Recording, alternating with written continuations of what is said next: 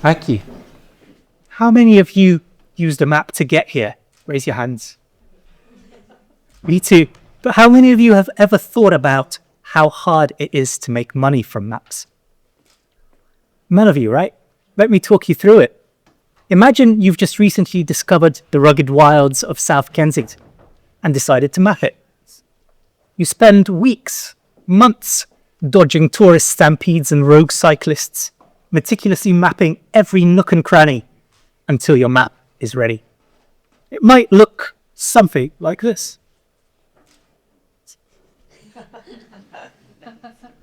You get it into an app and on all the major app stores. The downloads and revenues start rolling in. Life is good. But what's this? Suddenly you notice a bunch of other apps appearing, apparently with identical maps.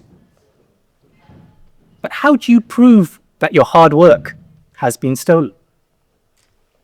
This is a problem that map makers have been facing for centuries, and they've come up with an ingenious solution.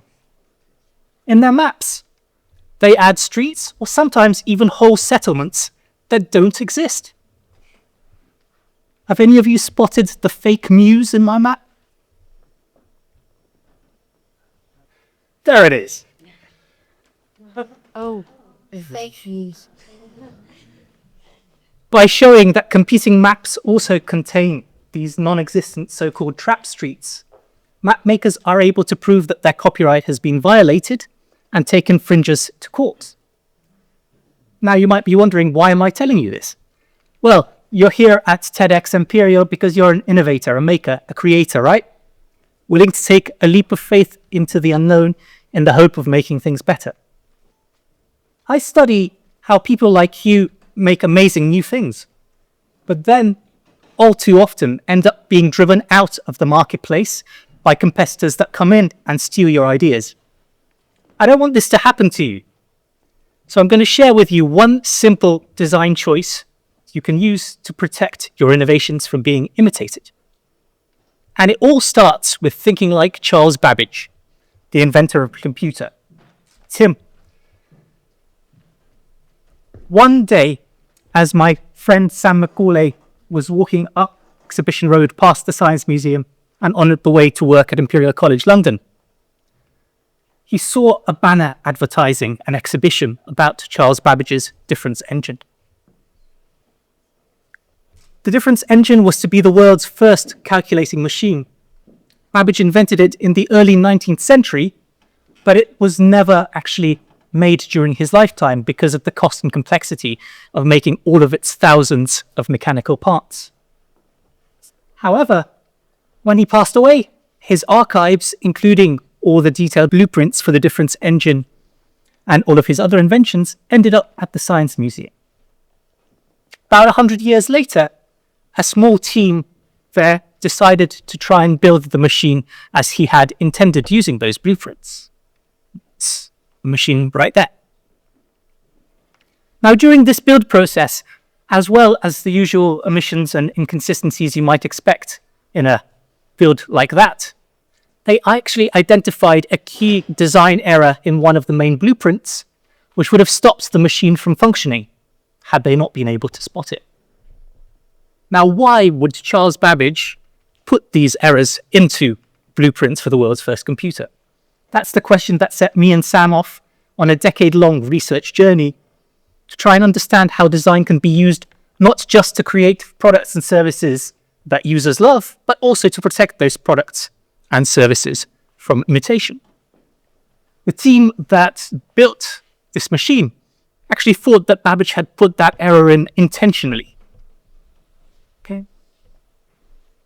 Now, you might be thinking, again, map maker's nice, Charles Babbage, an inventor from the 19th century with errors in his blueprints, great, but what has that possibly got to do with protecting innovation in the present day?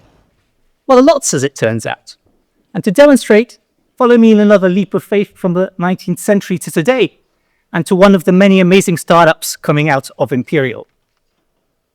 This startup works on precision robotics, and I met one of its co-founders at an event much like this one. After learning about the really interesting technology they were developing, I asked the co-founder, well, how are you protecting this technology from being copied? And what he told me shocked me. Well, he said, of course we have patents, but we know that they're not really effective a lot of the time.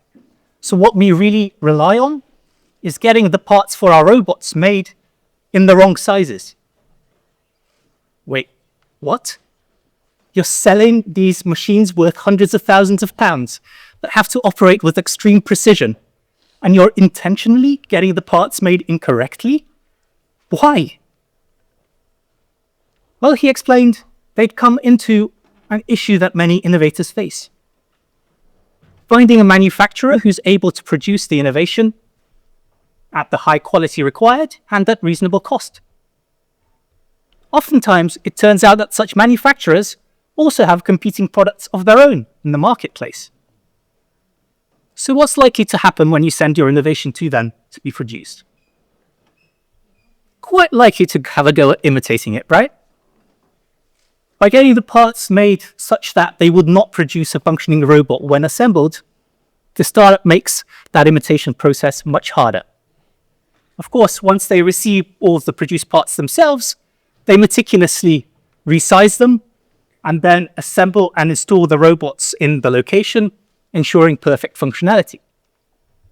By using this approach, they make it much harder for a would-be imitator, whether that's a rival or a manufacturing partner, to copy their technology and thus give themselves a chance of having a longer technological lead in the marketplace. Now, what does that example have in common with the map makers and the Charles Babbage one that I just shared with you? In all three cases, we see innovators intentionally putting errors into their designs in order to protect them from imitation. In our work with Sam, we've seen dozens and dozens of examples of innovative companies using these approaches. From map makers to integrated circuit manufacturers to digital rights management software, innovators have been using design to protect their innovations for centuries.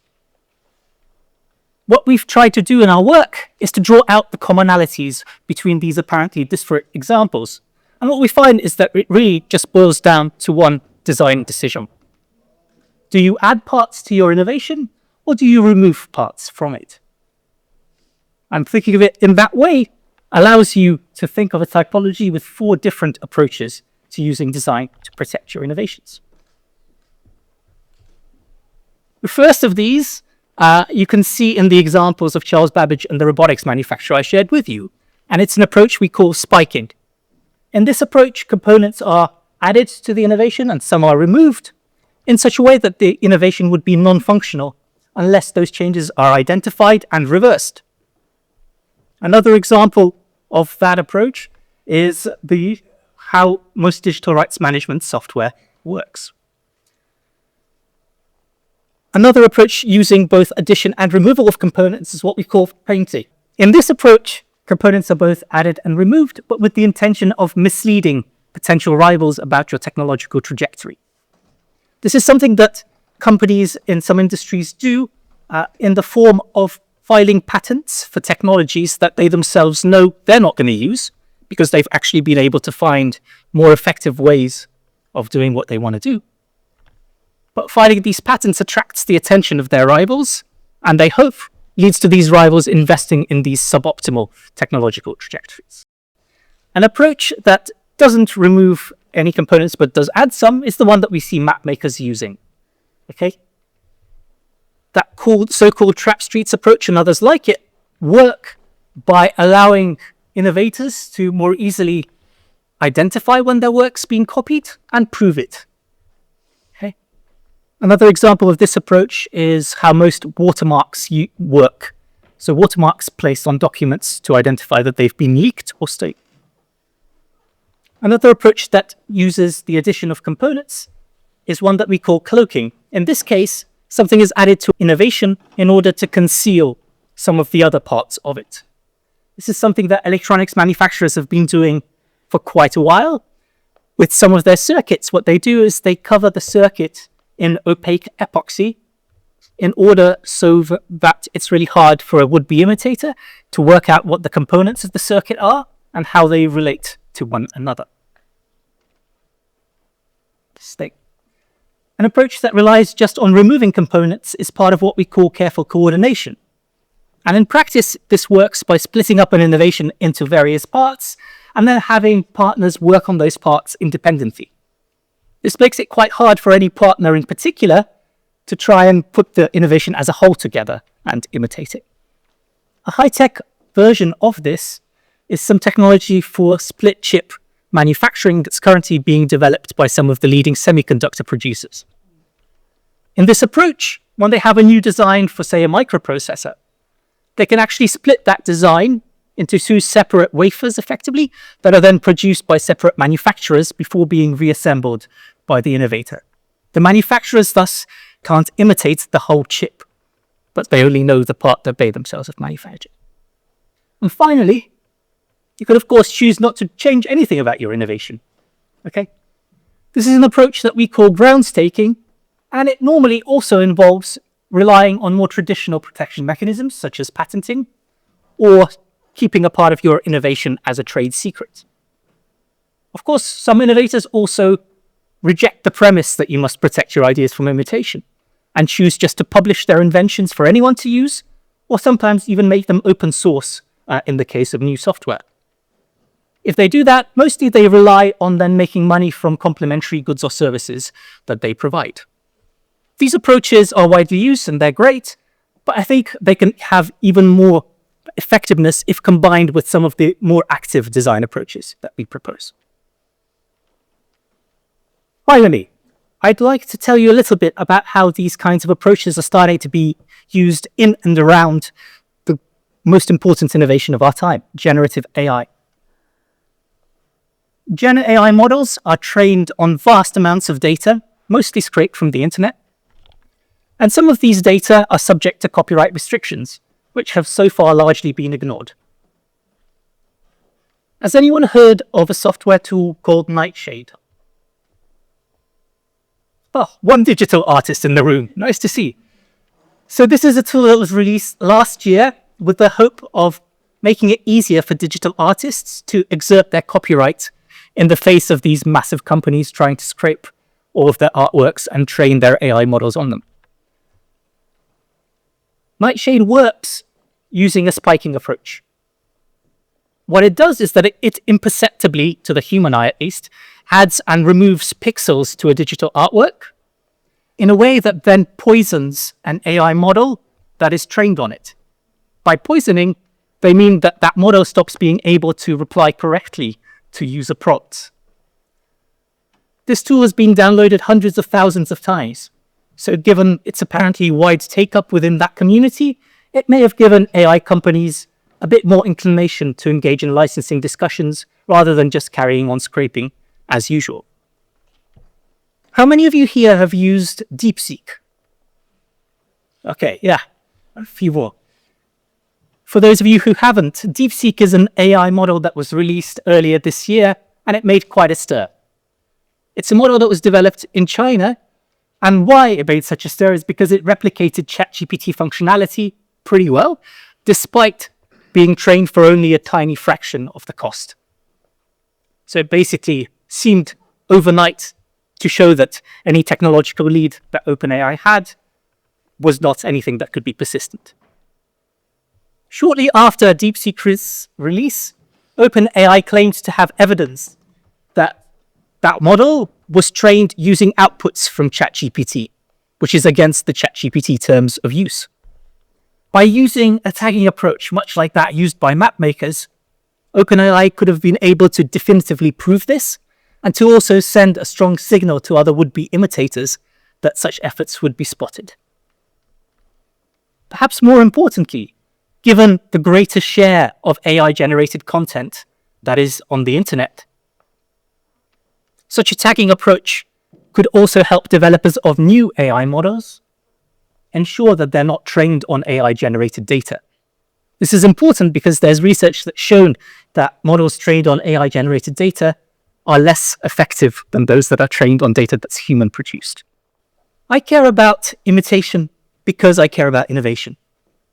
The knowledge behind innovations has never been at greater risk of theft than it is today, due to greater digitalization and increasing global political tensions.